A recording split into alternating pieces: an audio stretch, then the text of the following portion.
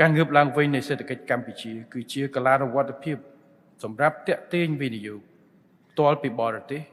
និងក្នុងប្រទេសដើម្បីតាមរបាយការណ៍ក្នុងត្រីមាសទី1ឆ្នាំ2025នេះក្រុមប្រឹក្សាអភិវឌ្ឍកម្ពុជាបានចុះបញ្ជីគម្រោងវិនិយោគសរុប172គម្រោងដែលមានទុនវិនិយោគសរុប2.5 លានដុល្លារនិងអាចបង្កើតការងារចំនួន12,000កន្លែងនៅក្នុងគម្រោងពង្រីកផលិតកម្មមានចំនួន6គម្រោងបើគិតត្រឹមខែមីនាឆ្នាំ2025នេះ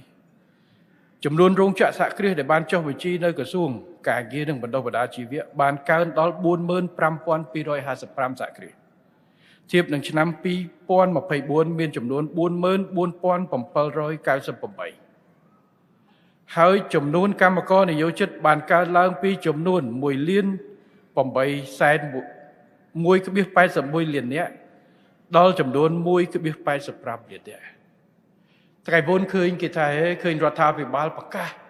តែចំនួនអ្នកវិនិយោគប៉ុន្តែដូចអត់ឃើញអីសោះមកពីអ្នកឯងមិនមកមើលអាកន្លែងគេធ្វើមើលតែលើលំហអាកាសជាក់ស្ដែងគឺយើងមានរោងចក្របុកគ្រឹះថ្មីកន្លែងខ្លះខ្ញុំទៅសម្ពោធថ្ងៃមុនទៅសម្ពោធរោងចក្រ Ford បង្គីកកាលគាត់បើក100នាក់ជាងឥឡូវឡើងជាង400នាក់កាលគាត់បើកដំបូងផលិតតែប្រមាណ100គ្រឿងឥឡូវឡើងមួយឆ្នាំចូលរាប់ពាន់គ្រឿងនេះហើយការរីកជាក់ស្ដែង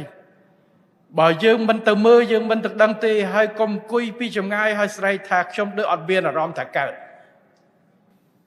សំបីតគ្រូទាយក៏មើលមិនឃើញដែរ